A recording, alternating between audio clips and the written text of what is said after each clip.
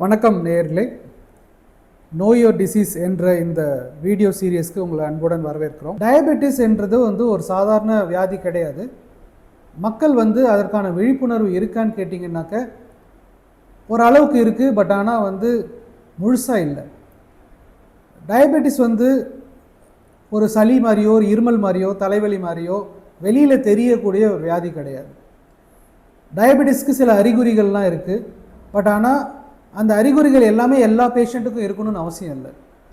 அவங்க எப்போ போய் அந்த டயபெட்டிஸை பற்றி ஒரு சீரியஸ்னஸ் வரும் அப்படின்னாக்க, ஒரு பெரிய காம்ப்ளிகேஷன், ஒரு ஹார்ட் அட்டாக்கோ இல்லை ஒரு கிட்னி ஃபெயிலியரோ, அந்த மாதிரி ஒரு சில விஷயங்கள் அசம்பாவிதங்கள் நடக்கிற டைமில் தான் நம்ம சுகரை ஓரளவுக்கு நல்லா கண்ட்ரோல் பண்ணியிருக்கலாமே அப்படிங்கிற ஒரு விழிப்புணர்வு பேஷண்ட்டுக்கு ஏற்படுது.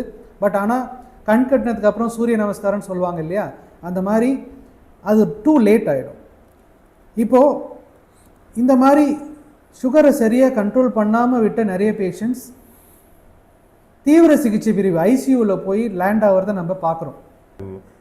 இப்போ அதாவது முன்னாடி ரஜினிகாந்தும் வடிவேலும் ஒரு படத்தில் சொல்லும்போது பேய் வரும் அறிகுறிகளை எப்படி கண்டறிவது முருகேசா அப்படின்னு கேட்குற மாதிரி இந்த சுகரின் அறிகுறிகள் அப்படின்னு சொல்லியிருக்கீங்க. ஸோ அந்த மாதிரி மக்களுக்கு தெரியணும் அப்படின்னா சுகரை எந்தெந்த அறிகுறிகளை வச்சு நம்ம இது சுகர் ப்ராப்ளமாக இருக்கலாம், இமீடியட்டாக இதுக்கு ஒரு ஸ்பெஷலிஸ்ட்டை போய் பார்த்துட்டு ஒரு அந்த டெஸ்ட் ரொம்ப மினிமம் டெஸ்ட் தான் இல்லைங்களா. நம்ம மேஜராக ஒன்றும் ஒரு செலவு இருக்கிற ஒரு டெஸ்ட் பண்ண போகிறது கிடையாது. அதை பண்ணி பார்த்துட்டு ட்ரீட்மெண்ட் ஆரம்பித்தோம் அப்படின்னா அது அவங்களுக்கு லாங் டேர்முக்கு ஹெல்ப் பண்ண போகுது.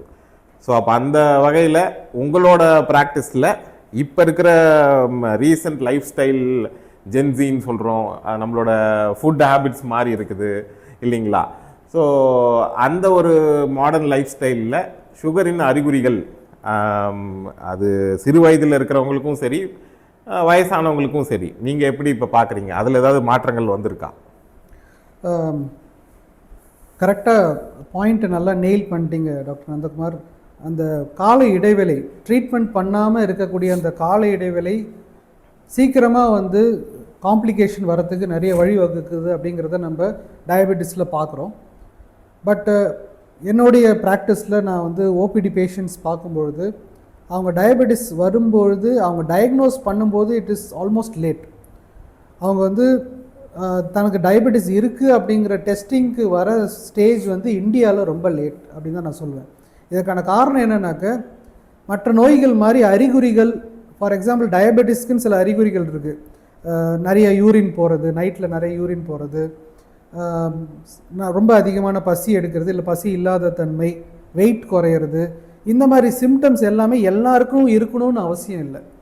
அதனால் நிறைய பேர் நம்ம நல்லா தான் இருக்கிறோம், நம்ம பாடி கண்டிஷன் நல்லா தான் இருக்குது அப்படின்ற ஒரு சிந்தனையோடையே வாழ்ந்துடுறாங்க. ரெண்டாவது, வெளியில் தெரியாத ஒரு விஷயத்துக்கு மருத்துவர்கிட்ட போய் காசு செலவு பண்ணி நம்ம ஏன் பார்க்கணும் அப்படின்ற ஒரு ஹெசிடேஷன்னாலேயும் நிறைய பேர் இந்த டிசீஸை ஏர்லியாக டயக்னோஸ் பண்ணுறதில்ல. ஒரு ஆய்வு என்ன சொல்லுதுனாக்க, ஒரு பேஷண்ட் இந்தியாவில் டயக்னோஸ் பண்ணி சுகர்னு கண்டுபிடிக்கிற டைமில் பார்த்திங்கன்னா 80% பீட்டா செல்ஸ், கணையத்தில் இருக்க பீட்டா செல்ஸ் அழிஞ்சிடுது அப்படின்ற மாதிரி சொல்கிறாங்க. அப்போ இன்சுலின் இல்லாத தன்மை, இன்சுலின் நிராகரிக்கப்பட்ட தன்மையில் தான் உடம்பு அவங்க டயக்னோஸ் பண்ணும்பொழுதே இருக்குது. ஸோ இதை நம்ம இன்னும் கொஞ்சம் அவங்களுக்கு மோட்டிவேட் பண்ணி அவங்கள மாத்திரைகள் ரெகுலராக சாப்பிட வைக்கிறதும், அவங்கள லைஃப் ஸ்டைலில் மாற்றுறதும், அதாவது சரியான உணவு பழக்கம், சரியான எக்ஸசைஸை கொண்டு வரதும் ரொம்ப ஒரு பெரிய காரியமாக தான் நாங்கள் ஓபிடி ப்ராக்டிஸில் பார்க்குறோம். பட் ஆனால் இந்த ஒரு வழிமுறைகளை விழிப்புணர்வு பேஷண்ட்டுக்கு கொண்டு வந்துட்டோம், அவங்களுக்கு அது புரிஞ்சிருச்சு, டிசீஸ் எப்படி போகுதுன்னு புரிஞ்சிருச்சுனாக்க காம்ப்ளிகேஷன் ரேட் கம்மியாகுது. பட் ஓபிடிலையுமே நாங்கள் நிறைய பேஷண்ட்ஸ்க்கு விழிப்புணர்வு ஏற்படுத்துகிறோம். இதை நம்ம அப்படியே அமைதியாக விட்டோம்னா உள்ளுக்குள்ளேயே அந்த டேமேஜ் ஆகி ஒரு பெரிய சீரியஸான கண்டிஷன்ஸ்க்கு போயிடலாம், ஐசியூவில் அட்மிஷன் பண்ணுற அளவுக்கு நிலைமை வரலாம் அப்படிங்கிற லைவ் எக்ஸாம்பிள்ஸும் நம்ம சொல்லி தான் நம்ம பேஷண்ட்ஸ்க்கு விழிப்புணர்வு ஏற்படுத்துகிறோம்.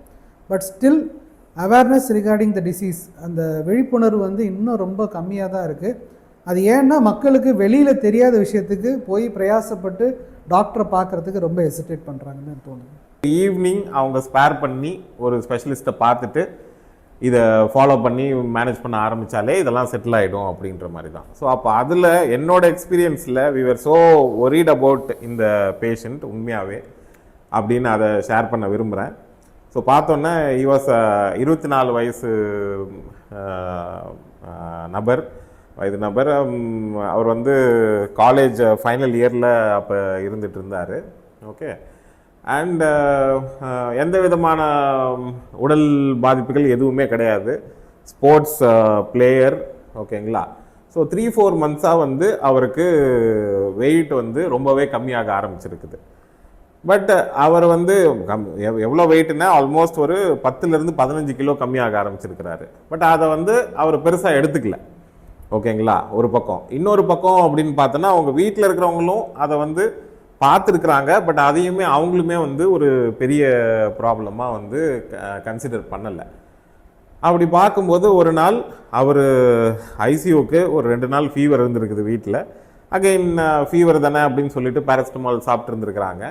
அந்த ஃபீவர் நிற்காமல் 3வது நாள் ரொம்ப மூச்சு விட கஷ்டப்பட்டு அன்கான்ஷியஸ் ஆகி மயக்க நிலைமையில் தான் வந்து நம்ம எமர்ஜென்சிக்கு வந்தார். அவர் அந்த நிலைமையில் வந்து பார்த்தோம் அப்படின்னா அந்த மயக்க நிலைமையினாலையும் மூச்சு விடுற கஷ்டத்தினாலையும் பிபியுமே ரொம்ப கம்மியாக இருந்தது. சரிங்களா. ஸோ இதோட ஃபுல் இதை வந்து இந்த பாயிண்டில் என்னால் எக்ஸ்பிளைன் பண்ண முடியல. பட் அகைன் அவரை வென்டிலேட்டரில் வச்சுட்டு ஐசியூக்கு தான் முதல்ல ஷிஃப்ட் பண்ணி பார்த்தோம். அப்போது அவரை ஃபஸ்ட்டு டயக்னோஸ் பண்ண கண்டிஷன் அப்படின்னு பார்த்தோன்னே டயபெட்டிக் கீட்டோஅசிடோசிஸ். அதாவது அந்த டயபெட்டிஸை ரொம்ப நாளாக மேனேஜ் பண்ணாமல் விட்டோன்னே நம்ம பாடியில் நடக்கிற பயோகெமிக்கல் சேஞ்சஸ், சுகர் வந்து ரொம்ப அதிக லெவலுக்கு போயிட்டு 500 600 அப்படின்னு சொல்லி போயிட்டு அதனால் வர பாதிப்புகளில் தான் வந்து நம்ம அந்த பேஷண்ட்டில் அப்போ பார்த்தோம். ஸோ அப்போ அவர் ஐசியூவில் வென்டிலேட்டரில் வச்சு அந்த சுகர்ஸை வந்து கம்மி பண்ணுறதுக்கு என்னென்ன ட்ரீட்மெண்ட் பண்ணணுமோ, பிபியை இம்ப்ரூவ் பண்ணுறதுக்கு என்ன பண்ணணுமோ அப்படின்னு சொல்லிட்டு அதுக்கான வேரியஸ் ப்ரோட்டோகால்ஸ் இருக்குது. அது எல்லாமே பண்ணதில் கொஞ்சம் கொஞ்சமாக ஒரு இம்ப்ரூவ்மெண்ட் வர ஆரம்பிச்சது. கண்ணு முழிச்சு பார்த்தாரு 2 நாளில். பிபி கொஞ்சம் கொஞ்சமாக ஸ்டெபிலைஸ் ஆக ஆரம்பிச்சது. கிட்னிலையும் பாதிப்பு இருந்தது, அதுவுமே கொஞ்சம் கொஞ்சமாக சரியாக ஆரம்பிச்சது. சுகர் லெவல்ஸும் கம்மியாக ஆரம்பிச்சது.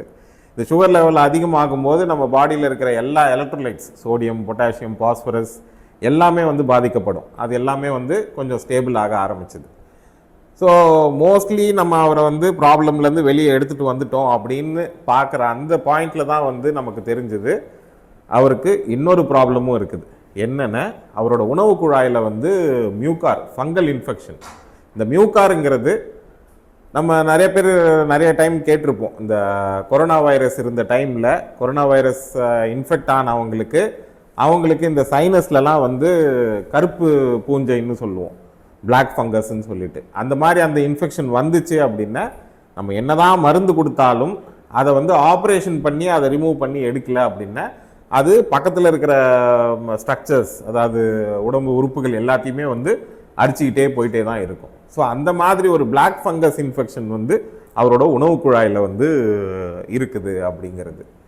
ஸோ அந்த உணவு குழாயில் இருக்கிற அந்த பிளாக் ஃபங்கஸ் இன்ஃபெக்ஷனை வந்து நம்ம எண்டோஸ்கோபி மூலமாக பார்த்ததில் இன்னொரு விஷயமும் தெரிஞ்சுது. அந்த ஃபங்கல் இன்ஃபெக்ஷன், அந்த கருப்பு பூஞ்சை இன்ஃபெக்ஷன் அவரோட உணவு குழாயை அரித்து உணவு குழாய் பக்கத்தில் இருக்கிற சுவாச குழாய்க்கெல்லாமே பரவி இருந்தது. ஸோ நம்ம வென்டிலேட்டரில் வச்சு அவருக்கு வந்து சுவாசத்தை வந்து சரி பண்ணணும்னு ட்ரை பண்ணாலுமே இந்த உணவு குழாய்க்கும் சுவாச குழாய்க்கும் ஒரு கனெக்ஷன் மாதிரி ஆனதில்லை, இந்த அரிப்பு வந்து கனெக்ஷன் மாதிரி ஆனதில்லை. அவரோட மூச்சு கஷ்டத்தை வந்து நம்மளால் சரி பண்ண முடியல. அவர் ஸ்டேபிள் ஆனாலும் வென்டிலேட்டர்லேருந்து வெளியில் எடுக்கிற மாதிரி ஒரு சிச்சுவேஷன் வரல. சரிங்களா. ஸோ இதோட என்டையர் இதை வந்து என்னால் ப்ராப்ளம்ஸை வந்து ஹைலைட் பண்ண முடியலனாலுமே அகெயின் ஸோ பார்த்தோம் அப்படின்னா நம்ம ரொம்ப நாள் மேனேஜ் பண்ண ட்ரை பண்ணி ஈவன் ஆப்ரேஷன் பண்ணலான்னு பிளான் பண்ணி 24 வயசு அவரை எப்படியாவது காப்பாற்றணும் அப்படிங்கிறதுனால அந்த கருப்பு பூஞ்சையை வந்து நம்ம வெட்டி தான் எடுக்கணும். ஸோ ஆப்ரேஷன் பண்ணி தான், சர்ஜரி பண்ணி தான் எடுக்கணும். அதெல்லாமே பிளான் பண்ணாலும் ரொம்ப ஹை ரிஸ்கான சர்ஜரி. ஏன்னா உணவு குழாய், சுவாச குழாய், அதை சுற்றி இருக்கிற நிறைய பகுதிகளில் எடுக்க வேண்டியதாக இருக்கும். அதுவும் இல்லாமல் வெயிட் இவ்வளோ கம்மியாக இருக்கிறாரு இத்தனை மாதத்தில் அப்படின்னும் போது சர்ஜரிக்கு அப்புறம் எப்படி அவரோட ரிக்கவரி இருக்கும் அப்படின்னு நிறைய டாக்டர்ஸ் எல்லாம் பேசி வீட்டில் அவங்க ஃபேமிலியும் ஒத்துக்கிட்டு பண்ணலான்னு ட்ரை பண்ணியும் பண்ண முடியாமல் தான் போச்சு. ஓகேங்களா. ஸோ மருந்து எவ்வளவோ கொடுத்துமே வந்து ஒரு 60-70 நாள் கழித்து நம்மளோட எல்லா அட்டம்ஸும் ஃபெயில் ஆன மாதிரி we lost him. Okay, so இதில் பார்த்தோன்னே நான் ஹைலைட் பண்ண விரும்புகிறது, அவருக்கு அந்த வெயிட் லாஸ் வரும்போதே வந்து அவரும் சரி அவரோட ஃபேமிலியும் சரி அதை சீரியஸாக எடுத்து பார்த்துருக்கணும். அப்படி பார்த்துருந்தா maybe very early they would have diagnosed the diabetes. இந்த பேஷண்ட்டில் இந்த சின்ன வயசில் அந்த கருப்பு பூஞ்சான் இன்ஃபெக்ஷன் வந்ததுக்கு காரணமே வந்து அந்த சுகரை சரியாக மேனேஜ் பண்ணாமல் விட்டதுனால தான் அது அவரோட உயிருக்கே வந்து ஒரு பெரிய பாதிப்பாக முடிஞ்சுது அப்படிங்கிறது தான். So these are the kind of patients we see in our ICU when diabetes is not being managed properly. So again, I agree with Dr. Daniel because people கண்டிப்பாக வந்து மக்கள் வந்து அவங்களோட சிம்டம்ஸை இக்னோர் பண்ணாமல் இதுக்கான ப்ராப்பர் அட்டென்ஷனை very early they have to seek attention. அதில் ரெண்டாவது விஷயமா இப்போ நம்ம அந்த யங் ஏஜில் டயபெட்டிஸ் அப்படின்னு பேசணும். 24 வயசில் டயபெட்டிஸ் இது எத்தனை பேருக்கு தெரியும்? 24 வயசில் டயபெட்டிஸ் வருமா? 40 வயசுக்கு அப்புறம் தான் வரும், இல்லை 50 வயசுக்கு அப்புறம் தான் வரும் அப்படின்னு நினச்சிட்டு இருக்காங்களா? உங்கள் ப்ராக்டிஸில் நீங்கள் எப்படி பார்க்குறீங்க? இந்த சின்ன வயசில் டயபெட்டிஸ் எத்தனை பேருக்கு வந்து அதை அறிஞ்சு அவங்க வந்து ட்ரீட்மெண்ட்டுக்காக வராங்களா, இல்லை தெரியாமலே இதே மாதிரி நீங்களும் வந்து லேட் ஒரு ஸ்டேஜில் தான் டயக்னோஸ் பண்ணுற மாதிரி பார்க்குறீங்களா? ரெண்டாவது, இந்த சின்ன வயசு டயபெட்டிஸ்க்கும் 40-50 வயசுக்கு மேலே வர டயபெட்டிஸ்க்கும் நம்ம பண்ணுற இன்வெஸ்டிகேஷன் டெஸ்ட்ஸ் இல்லை வந்து ட்ரீட்மெண்ட் இதில் வேறுபாடுகள். ஸோ இந்த மாதிரி ப்ராப்ளம்ஸ் தான் வந்து நம்ம ஓல்டேஜ் டயபெட்டிஸில் பார்க்குறோம். நல்லா சொன்னீங்க டாக்டர் நந்தகுமார். நண்பர்களே, நான் வந்து புறநோயாளிகள் பிரிவில் சக்கரை நோயாளிகளை பார்க்குற ஒரு நிபுணர். டாக்டர் நந்தகுமார் அவர்கள் ஐசியூவில் தீவிர சிகிச்சை பிரிவில் அதே டயபெட்டிக் பேஷண்ட்ஸ் அங்கே போகும்போது அவர்களை கண்காணிக்கிற ஒரு தீவிர சிகிச்சை பிரிவு நிபுணர். ஸோ இங்கே என்னுடைய நோயாளிகள் பிரிவில் வரக்கூடிய பேஷண்ட்ஸ் ஸ்டேபிளாக வருவாங்க, நல்ல நிலைமையில் வருவாங்க, அவங்களுக்கு இன்னும் டைம் நிறையா இருக்குது டிசீஸை கரெக்ட் பண்ணிக்கிறதுக்கு. பட் ஆனால் தீவிர சிகிச்சை பிரிவு அப்படின்னு என்ட்ரு பண்ணி அங்கே போகும்போது அந்த பேஷண்ட்ஸ்க்கு அந்த டைம் இருக்காது. அந்த ஒரு இடத்துக்கு போகும்பொழுது அவங்களுக்கு அதை கரெக்ட் பண்ணிக்கக்கூடிய நேரம் திரும்பி பார்த்தா இருக்காது.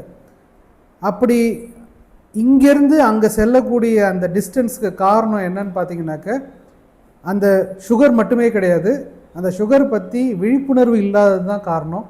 அந்த விழிப்புணர்வை இந்த நிகழ்ச்சி மூலமா உங்களுக்கு நாங்கள் ஓரளவுக்கு கொடுத்துருக்கோம்னு நம்புகிறோம். இதே மாதிரி மக்களுக்கு விழிப்புணர்வு தேவைப்படுகின்ற ஒரு டிசீஸ் பற்றி அடுத்த எபிசோடில் இன்னும் சில நிபுணர்களோடு உங்களை சந்திக்கிறேன்.